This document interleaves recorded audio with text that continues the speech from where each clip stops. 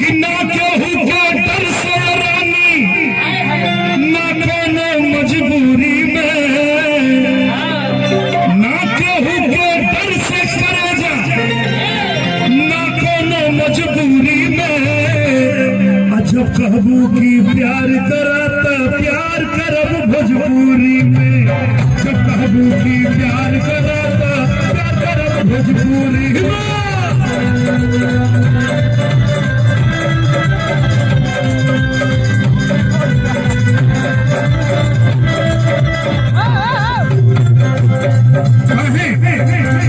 एक बार रुका तो बताई भोजपुरी के बात निराली ए बबुनी तू जान ला, भोजपुरी के बात निराली ए हो रसीली जान ला। सबसे मीठी भाषा हुए खुशबू तू पहचान ला, दूसर निरहुआ कहीं ना मिली, ना मिली, दूसर निरहुआ कहीं ना मिली, शिमला चाहे मसूरी में, कहीं निरहुआ बनल बाटे उहो मिली भोजपुरी में, कहीं निरहुआ बनल बाटे उहो मिली भोजपुरी में।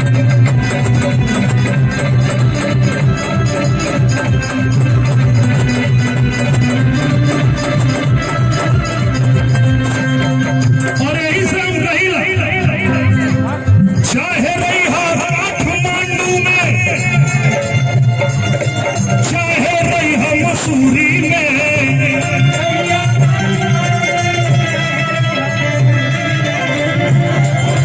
चाहे रही काठमांडू में, चाहे रही मसूरी में, लिखी है पढ़ी है कौनो भाषा भोजपुरी में, लिखी है पढ़ी है कौनो भाषा भोजपुरी में, लिखी है पढ़ी है कौनो भाषा भोजपुरी में।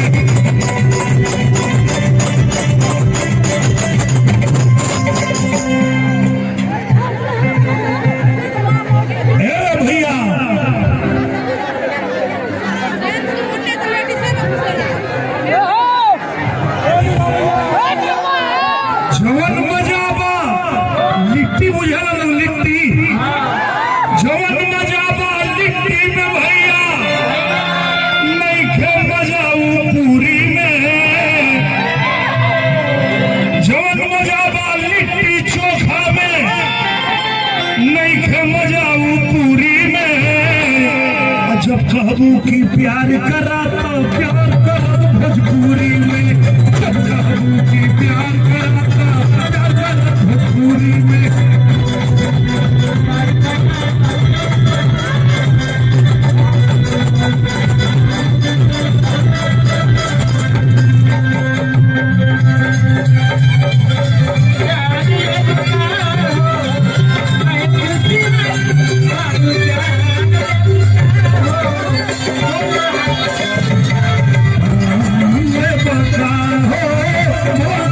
सुबिया बनांगे बुका हो,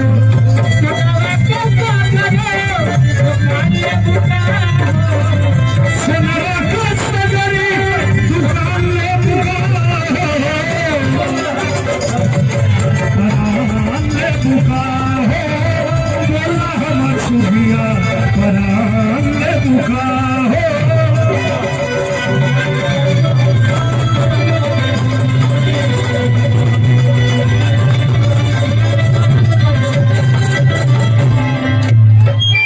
क्या बात है, जोरदार ताली हो, जोरदार ताली हो हमारे कलाकारों के लिए। बहुत बढ़िया, वाह वाह वाह। अभी 3-4 लोग और बढ़ गए। तुहार का नाम हो अच्छा पिंकी, और तुहार आरती, और तुहार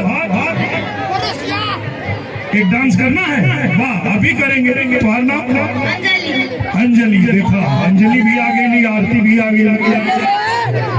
तो अब तुहार कौन गाना पसंद तो कि हम होई पिया जी के पतरी तेरी